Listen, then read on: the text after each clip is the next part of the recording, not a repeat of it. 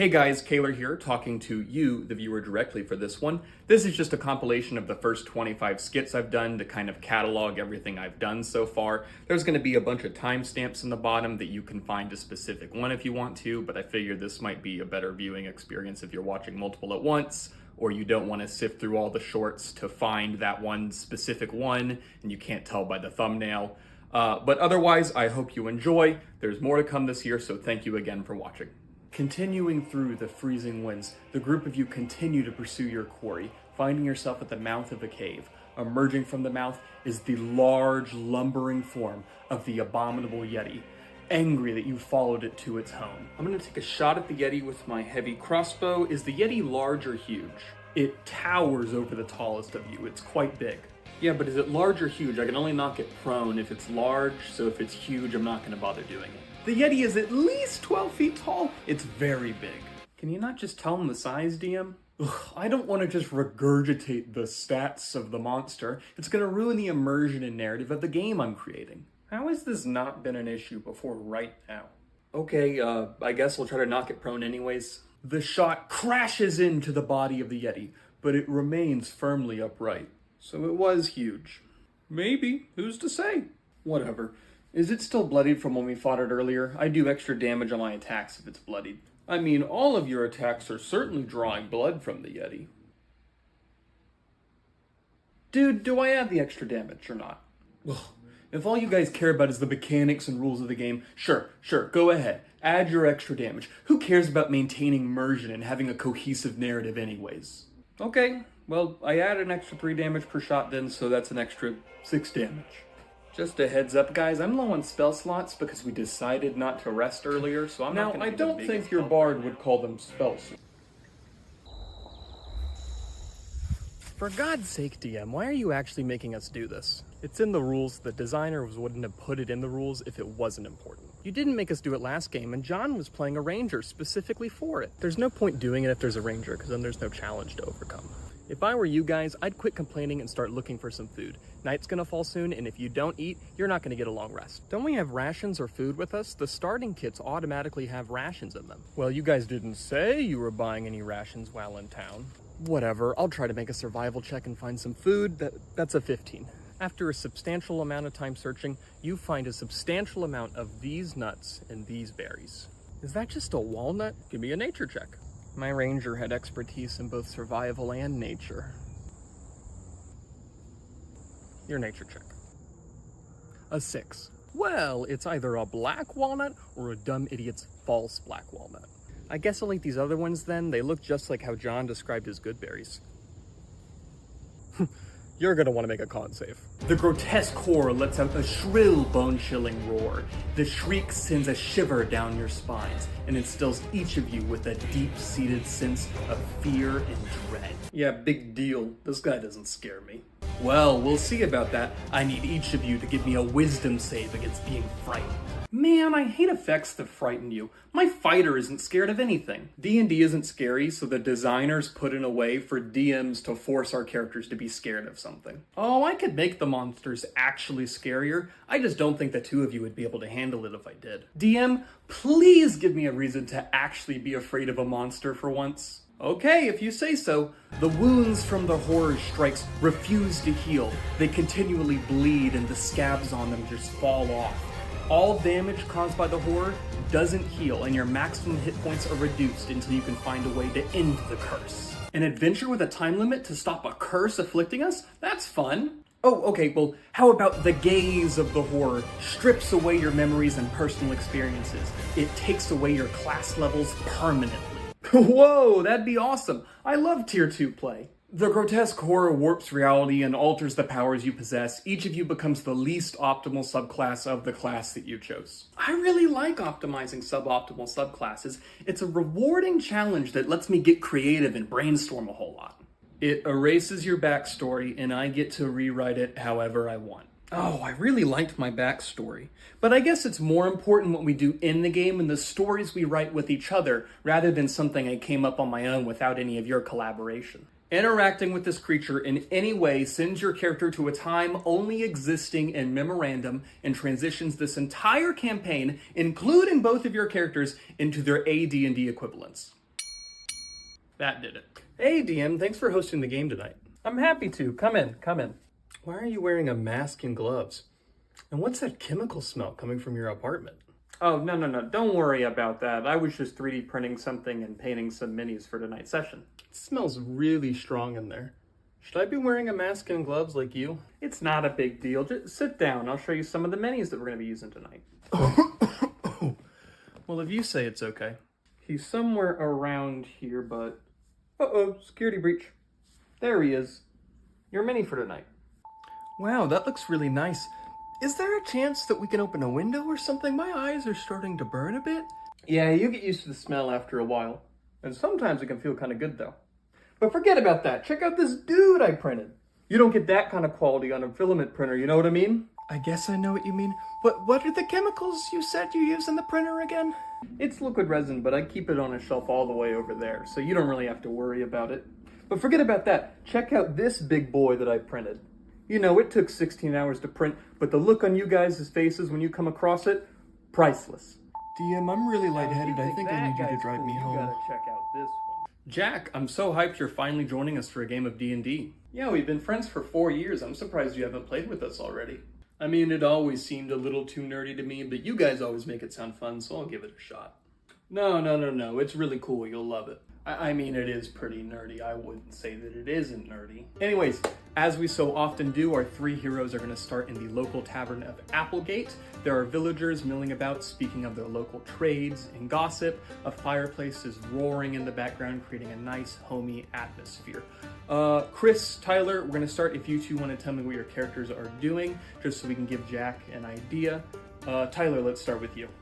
I'm Alistair Baldrin, a half-elf paladin, one who is never one to turn down a strong drink. I signal the bartender and ask him to bring me a mug of ale. The bartender brings you your drink, Alistair, and Chris, he looks over to your character to take your order. Yes, I'm Zizex the Otherworldly, the gnome wizard. I inquire to the bartender as what kind of milks this establishment has. You're getting milk? They sell milk at these taverns? So in the last campaign, Chris played a centaur, except he was a half cow instead of a half horse. So he would go to people and he'd try to get them to... No. Look, the milk gag was in the last campaign. It wasn't even that funny. So we're not going to continue it in this game. Jack, do you want to go ahead and introduce your character? Okay, sure. I'm Cyrus. I'm a human rogue. I mean, do I have to order a drink from this guy? I mean, I don't know him. I don't trust him. Well, you don't have to. What would you like to do instead? So this is all stuff I can do and everything I have on me? Yes, but if there's anything you want to try that isn't on there, just let me know. Part of the game is, using your creativity, coming up with out-of-the-box solutions. So if there's anything else you would like to try, just let me know. Okay, I think I get it. I'll take my tinderbox, a hammer, and a water skin. And I'm going to look at the bartender, and what I'm going to...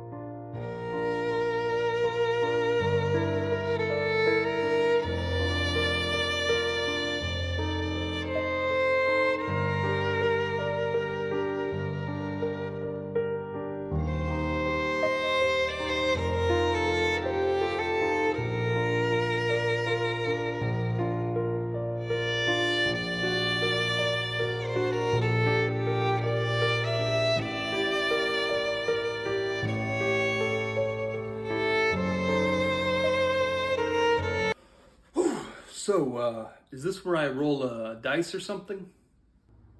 Jack, I don't think D&D is right for you. DM, does this mean I can do the milk thing in this campaign? The flesh golem's monstrous form crashes to the ground. The wretched and evil energy of the necromancer's ritual dissipates, and you are left in a calm but eerie silence. All of you were greatly wounded. I'm interested how to hear each of you feel now that your quest is nearing its completion. I stand up and dust off my cloak. I look over to my wife and say, "My love, we're one step closer to freedom." Your wife, the priestess of Lathander, wipes the blood off of her face and says, "Soon, love, we can return back home and put all of this behind us for good this time." Zizex, how do you feel? I look over to Bartholomew, my cat familiar, and I want to know how he reacts to all of this. Oh, well, Bartholomew meows very indifferently and continues to groom himself with his paw as he always does. That's Bartholomew, right, guys? I'm really interested to hear how all of you feel, though. We've been playing the game for over 2 years. The end is on the horizon. How does Maximilian feel right now? I open up our bag of holding to let out Pamplemousse, our flump bard. Really? Okay. He flies around in a corkscrew and telepathically translates Mambo Number 5 by Lou Bega to all of your heads. That joke lands every session. I can never get tired of these NPCs. Guys! I am really glad that you're all having a fun time with these NPCs, but I'm trying to have a collaborative story that I share with all of you, and we all play a strong, emotional part in. Robin, you almost became the vessel to an alien entity and were forced to perform a litany of horrible tasks against the innocent, something that you swore you were never going to do. Zizax, you're possibly one of the last deep gnomes in existence because of the plague you unleashed against all your people in a desperate effort to save your son from a curse that you didn't know how to fix. Maximilian, you were almost transported to the 9 hells. Sorry to cut you off, DM. I just wanted to ask about that sentient honey golem that congealed into my body about 2 years ago and has been living inside of me. That was a bit from nearly 40 sessions ago. Now just seemed like a good time to narratively tie him back in. A pseudopod of amber honey emerges from your... Hey, before everyone else shows up, I wanted to run an idea for a homebrew rule by you just to see if it sounds cool at all. Is this a variant of lingering injuries where we introduce it to make the game seem more tough and gritty, but as soon as one of our characters actually gets an injury, it's way too debilitating to the point where the character isn't even fun to play anymore, and it feels like they're just dragging the party down, so they hope that their character dies so that they can start fresh, which completely takes all the enjoyment out of the game, and we're just left playing a game that none of us actually enjoy, but we all show up due to societal obligation? No, we're not doing that again. Well, let's hear it then. So I had the idea, you guys are always bugging me about inspiration, so I figured I'd give the responsibility to you as players instead of making me do it. How? Each session, each of you as players would be able to give inspiration to someone whenever they're rolling, and you can describe how you motivate or inspire them in an effort to help them. That's so stupid. How does that even make sense? Oh, well, maybe someone is bad on a dex save, so you use your inspiration to describe yourself pulling them out of the way, or maybe yelling a warning to them. This doesn't make any sense for most rolls. A mental saving throw? Just think a little harder. They're making an attack roll? Just aim a little bit to the left. They're making a skill check? I'm gonna motivate them into trying a little harder. This is a really stupid and undercooked rule, DM. Okay, I'm sorry, I didn't realize it was that bad of an idea. I just thought you guys would appreciate all the extra rerolls every session. Well, hang on, I want it now. DM, are you taking it easy on us? You've been rolling terribly all session. Yeah, I really have been rolling like crap, but I have one more attack, so let's see, and... Oh, hey, that's a critical hit! The fire giant, he takes his maul in 2 hands, flaming with the power of 1,000 suns, and he goes to bring it right... Actually, I'll go ahead and Silvery Barbs that crit.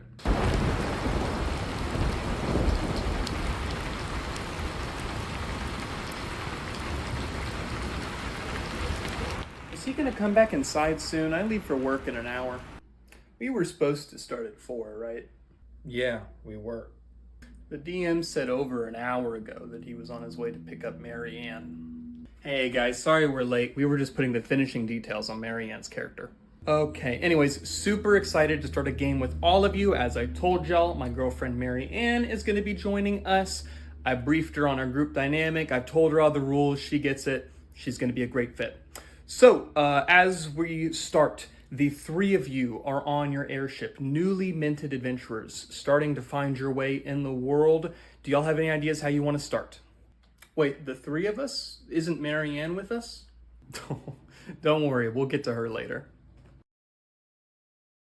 Another wave of booms and cracks sounds off in the distance as the pirates send another line of gunfire into the side of your ship.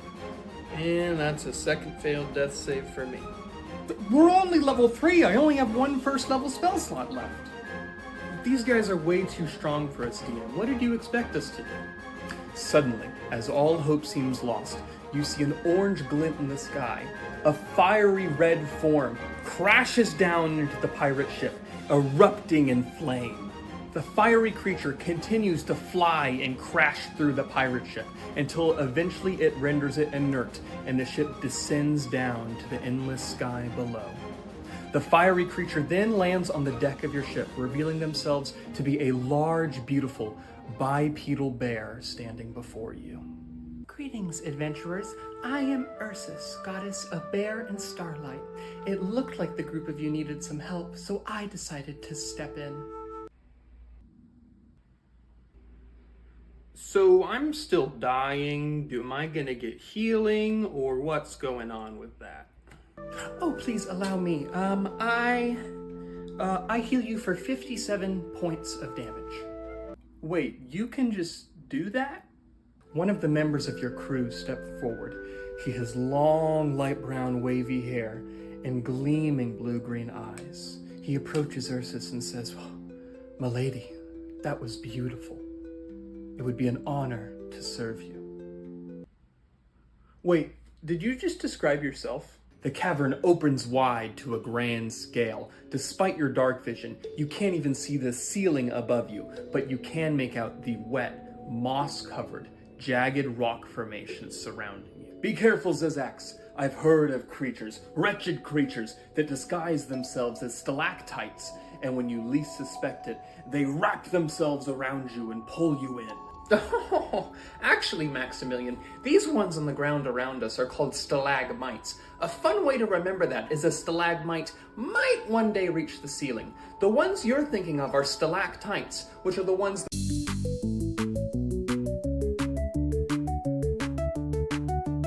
As you all continue to joyfully converse with the bartender, the doors to the tavern burst open. The soot-covered blacksmith steps forward, a look of rage on his face. He calls out, "My daughter! My daughter! Those goblins have kidnapped my daughter! Is there anyone in here brave enough to help me rescue my daughter?"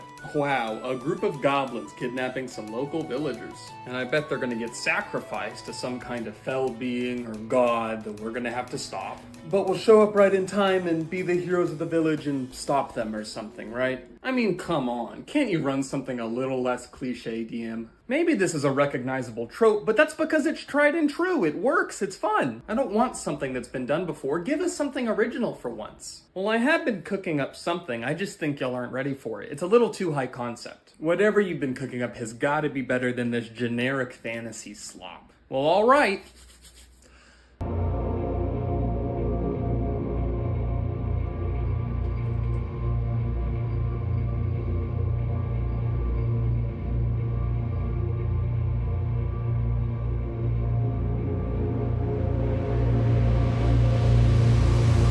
Whew. And with that, we will end the session for tonight, guys.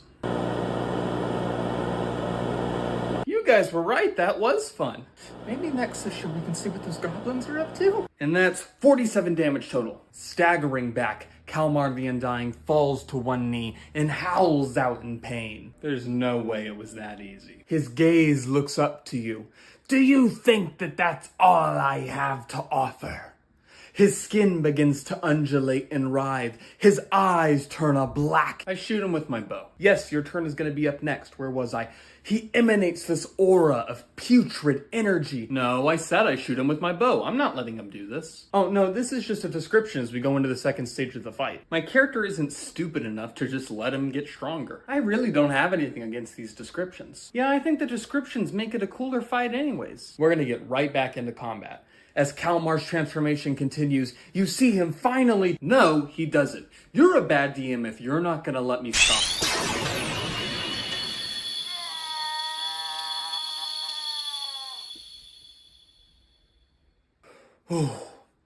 As I was saying, Kalmar turns into... Oh, Melvin, I don't know what I'd do without you. What is that? It's Melvin, my fighter's pet venomous snake. Where did you get it? Is it like a class feature or something? Oh, he's a huge part of my long and rich backstory. It's quintessential to me that he's safe and well taken care of. Well, if it's just for role-play and cosmetic reasons, I think that's cool, so long as you don't use it in combat. Of course, I would never endanger him or put him in harm's way. Well, on that note, we open on a long wooden bridge drawn over a rocky abyss. A single troll stands guard at the landing of the bridge and blocks you from passing. Can I throw Melvin at the troll and have him bite him? I thought we just agreed we wouldn't use him in combat. Oh, it's okay, DM. It's just gonna be this once. Okay then, you attempt to throw Melvin at the troll, go ahead.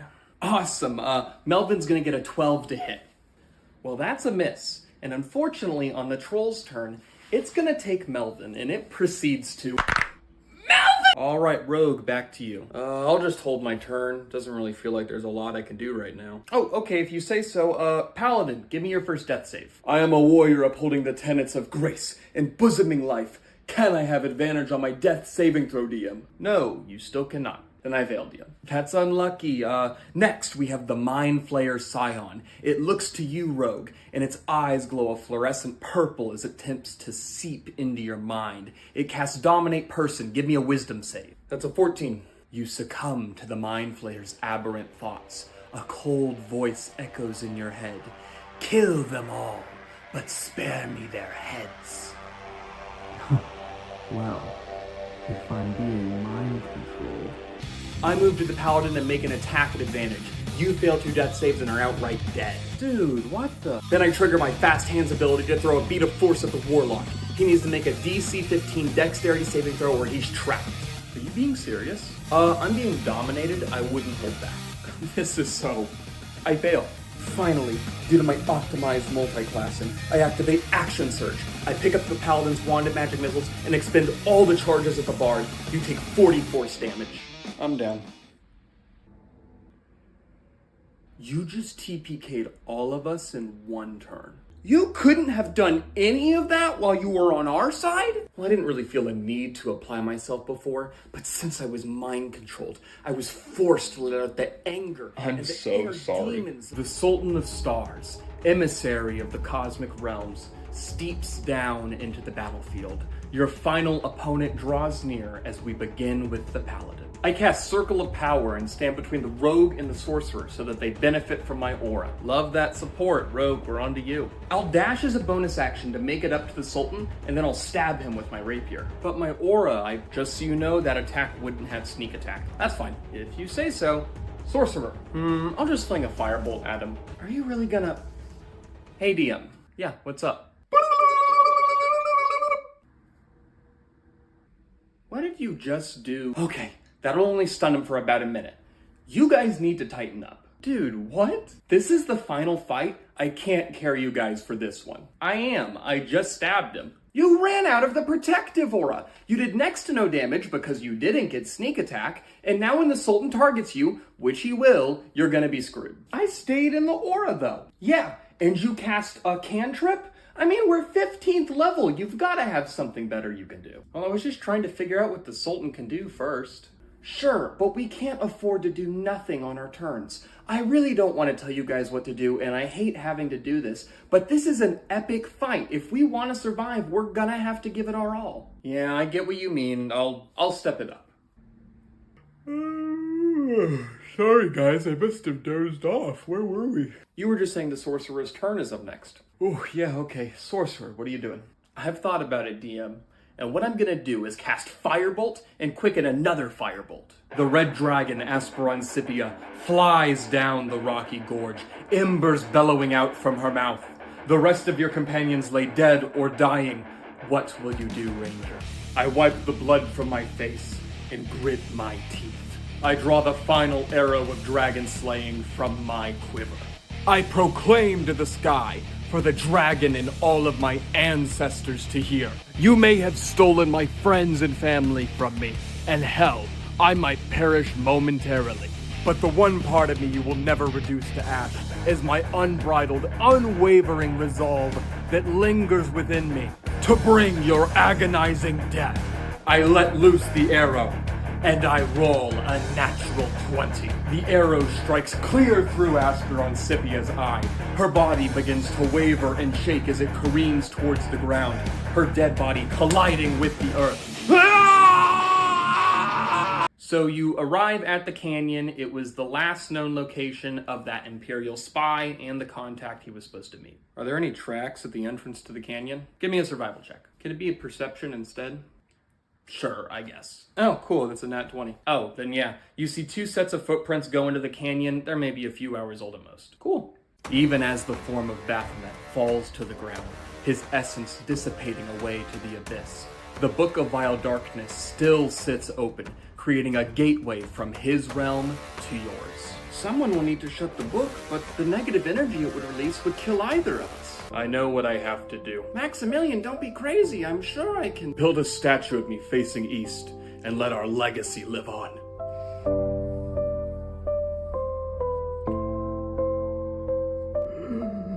You've always brought out the best in those around you, Maxie. You were born to do good things. When I grow up, I want to be a hero, just like you. Come back to me, Max. You promised me you would. Time to be the hero, Maximilian.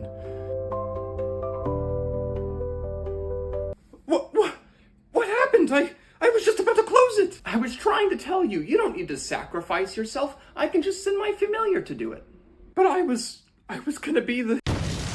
Your brain is sucked out of the cavity on the back of your skull, and the Mind Flayer Scion drops your body to the ground. I really thought we were gonna be buds and he was gonna give me cool powers. With that, it's a TPK. You all die. Wow.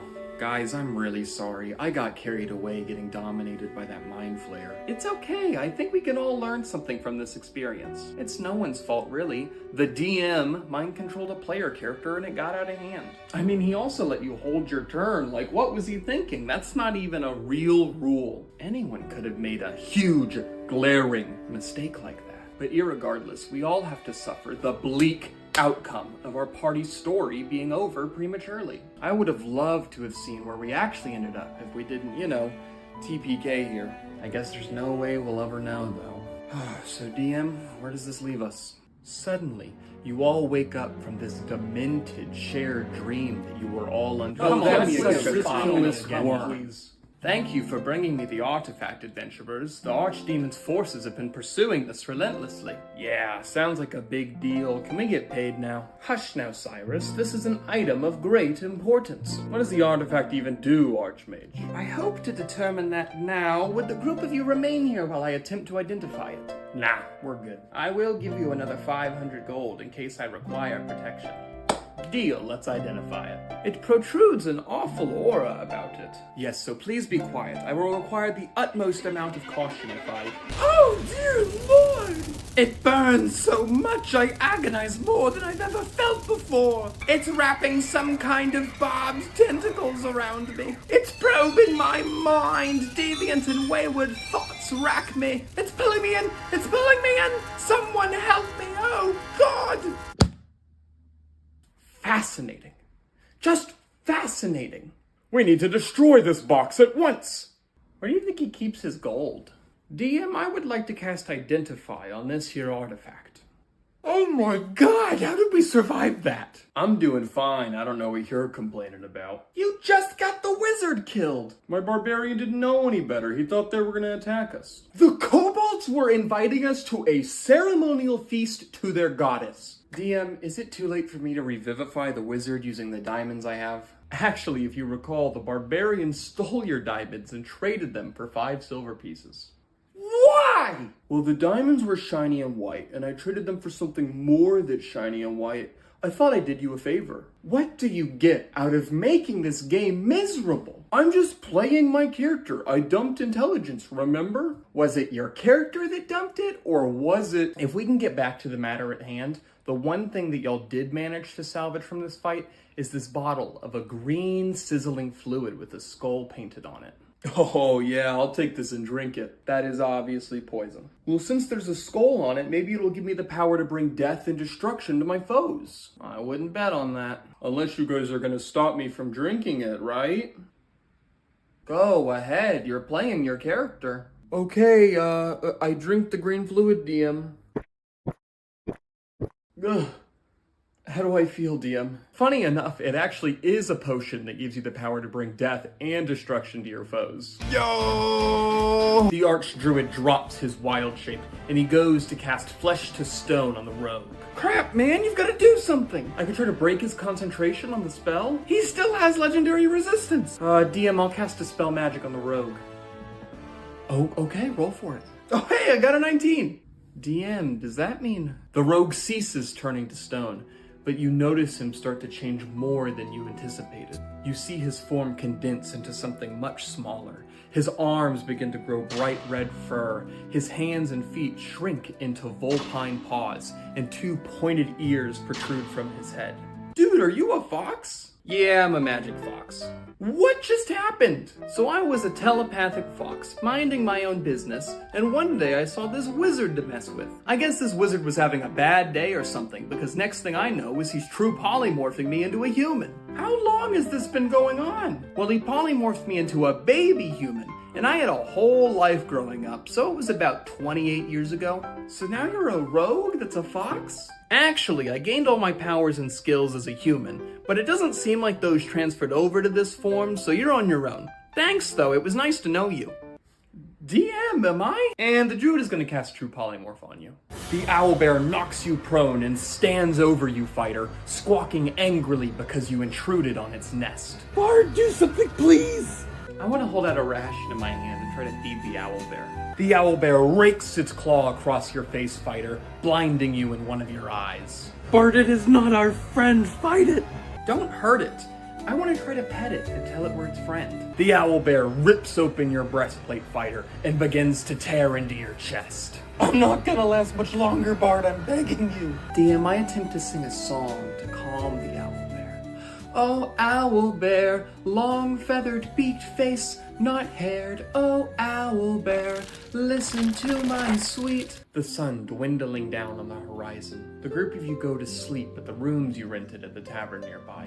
Ranger, as we discussed, you'll be sleeping a little longer because you'll be gone next session. Thanks, DM. You guys stay out of trouble now. You know us, Ranger. Enjoy the extra sleep. We know you need it more than anyone.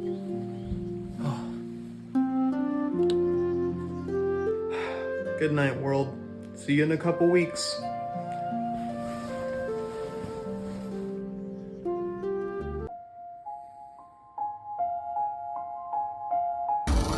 Ranger, get up, we need you. It's so bad, we messed up, we need your help. What happened? What's going on? There was this frog with juicy lips. It was doing a silly little dance to get our attention. I said we should get the ranger to talk to it, but the DM said you were in such a deep sleep we couldn't ask you. You had your dentist appointment. So what did y'all do? I mean, we're not exaggerating. It had juicy lips. Plump as a peach, just looking at us. Did y'all kiss the frog? We each kissed the frog, yeah. And I bet that it transformed. It turned into this big hulking frog monster. Some kind of demon called a Hezrau. And all the other frogs around it started mutating. We need you to fix this. If you were here, they wouldn't have done it. And I just dumped the old bag's body down the well. Dude, I can't believe you just did that. She was trying to sell you a beaded necklace she made. The consequences of this will cause an untold amount of damage in the local community. Your barbarian is crazy. Why are you being such a loose cannon? I'm just playing my alignment. What alignment is that? Chaotic. Chaotic what? Just chaotic. Chaotic is just half of it. You have chaotic good, you have chaotic neutral, and you have chaotic evil. Well, alignment is just a guideline for us to consider whenever we independently roleplay our character. Not the point. What alignment do you think you are? I don't know, which one lets me do whatever I want, whenever I want, without a concern for the consequences or if others get hurt in the process? And we know he does that. Oh, well, that would just be chaotic evil. Oh. And I guess I'm chaotic evil. Once again, heroes, you have saved us from utter catastrophe. Is there anything I can do to aid you in return? Actually, Your Highness, we were hoping to learn about your former steward. It seems he's involved with the Cult of Destruction. Yes, if there's anything off about him that you can recall, it would help us bring him to justice. Mr. Vortigorn, I haven't heard of him in a very long time. He was a very private man, and I'm sorry, I'm suddenly feeling very unwell. Perhaps you can come back later. We don't mean to pry, my liege, but this is for the good of the world. I must insist you leave right now. My head is aching a great deal. This is pointless. I can just cast Detect Thoughts on him. Oh, and you have telepathic, so you can do it without him noticing. I cast Detect Thoughts. Again, it was a pleasure to have you. Please, Guards, can they leave already? I must retire to my chamber at once. the new shipment came in but minutes ago. I mustn't leave it waiting. The thoughts of snorting some delectable fairy dust up these withered old nostrils makes me shiver with joy. That sweet, sweet forest crank just makes me feel like a yummy man again. Oh boy. I think Gerald threw in some black pudding milk too to shoot life into these old bones. If I'm lucky, there might be some magic cocaine. Wait, are these two still here? Does he know anything? We were just leaving.